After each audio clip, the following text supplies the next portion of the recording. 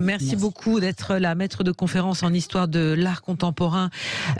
Vous faites partie de ces collectifs et ils sont nombreux, une trentaine de collectifs et d'associations qui tentent de faire machine arrière à la mairie de Meudon, le maire UDI de Meudon, qui a, avec la décision de justice qui a été prise, de faire combler les fameuses carrières Arnaudet de Meudon, un trésor architectural de 8 kilomètres de galeries, des voûtées, qui ont été utilisés, j'imagine, pour la construction justement d'une partie de Paris et de la région parisienne avec l'extraction de la craie de ces galeries. C'est bien ça l'origine de ces galeries.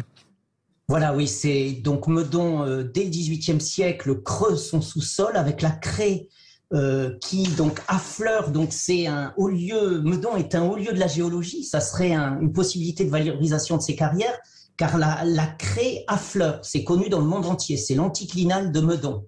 Voilà, et donc cette craie va être utilisée.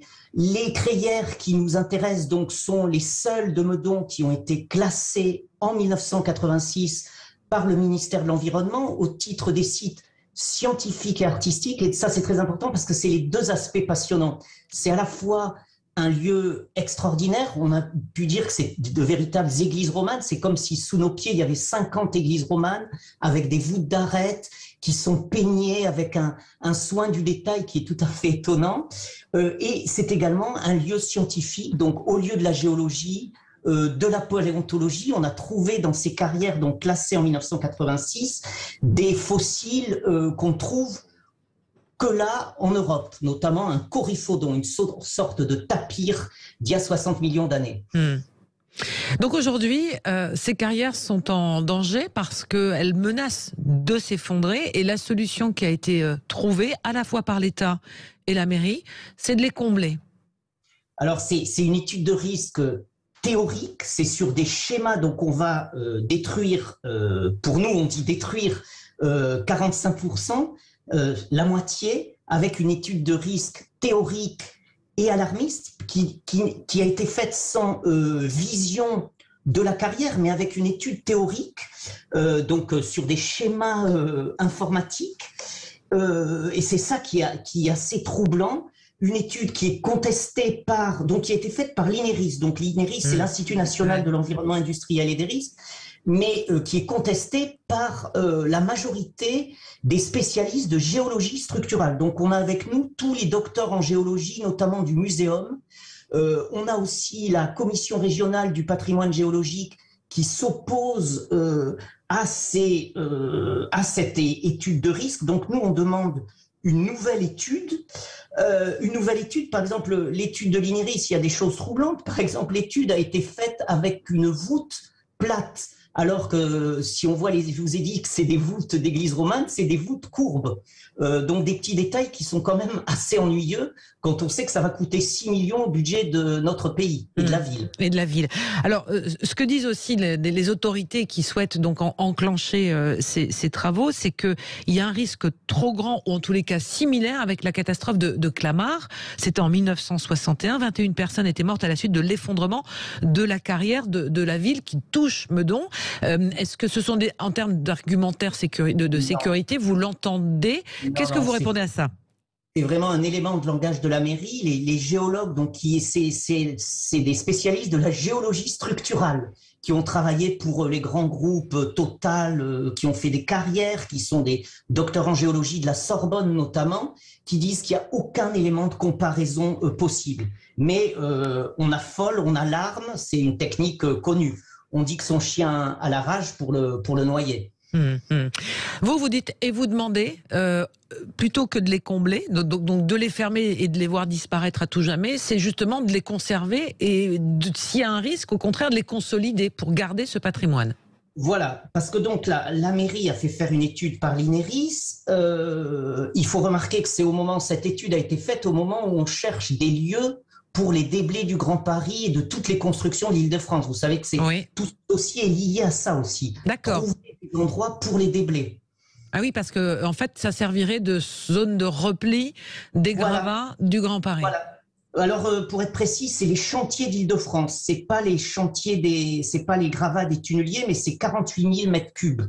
Donc, pour ce chef-d'œuvre, on comble ce chef-d'œuvre avec des déchets. Pour votre combat, vous en êtes où là aujourd'hui, exactement? Alors, on a beaucoup de soutien. Je vous rappelle, il y a 30 associations, donc notamment Cité Monuments, France Nature Environnement. Donc, c'est des défenseurs qui vont des défenseurs du patrimoine aux défenseurs de l'environnement. Parce que vous dites les gravats, les camions, il va falloir les faire passer, j'imagine, quelque part. Voilà.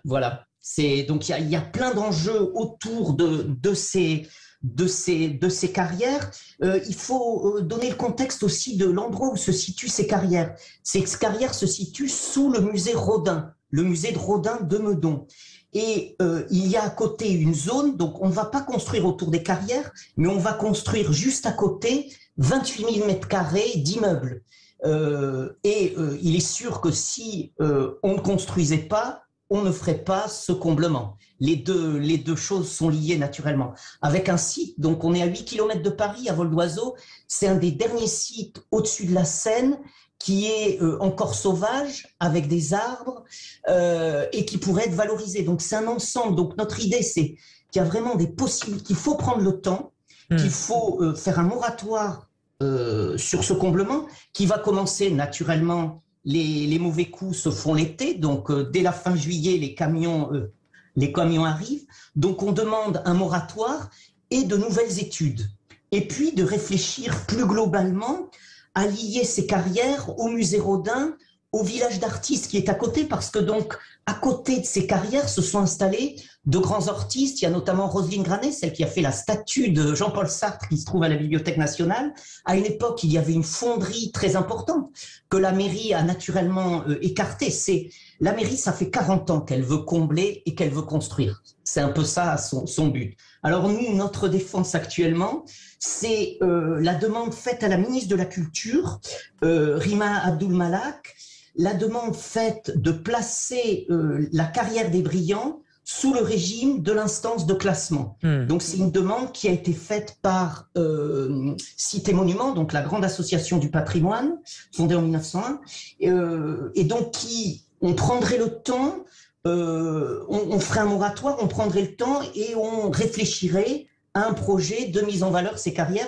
C'est ce que proposait hier aussi Didier Rickner sur le site de la Tribune de l'Art, donc un des grands défenseurs du patrimoine français également. Autrement dit, de valoriser cet ensemble et de faire quelque chose qui soit tourné vers l'histoire, la culture, les arts, l'environnement, un petit poumon supplémentaire dans cette zone.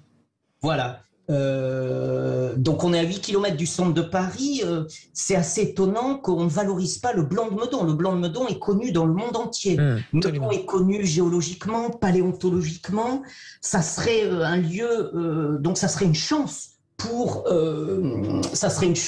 Meudon et pour l'Île-de-France. Et puis un petit point quand même très important qui est vraiment scandaleux, c'est qu'en fait, le ministère de la Culture possède 20% de ces carrières et qu'elle autorise et qu'elle va payer pour la destruction de son propre patrimoine à lui. Donc le ministère, c'est hallucinant. Le ministère de la Culture qui détruit son propre patrimoine à Meudon. Et j'imagine qu'en tant qu'on maître de conférence en histoire d'art contemporain, c'est quelque chose qui vous bouleverse quelque peu. Écoutez, oui. On espère que les choses vont pouvoir aller dans un sens de la conciliation pour sauver ces carrières de Meudon. Il y a un site, un endroit où les auditeurs peuvent se renseigner? Il y a une pétition, donc vous la trouverez. Et puis il y a énormément de sites qui en parlent sur les réseaux sociaux. C'est un sujet assez important. Et je voulais ajouter qu'on a vraiment le soutien de Stéphane Bern. Il y a quelques jours, Stéphane Bern m'écrivait « Je partage votre colère ». Donc c'est un soutien de poids.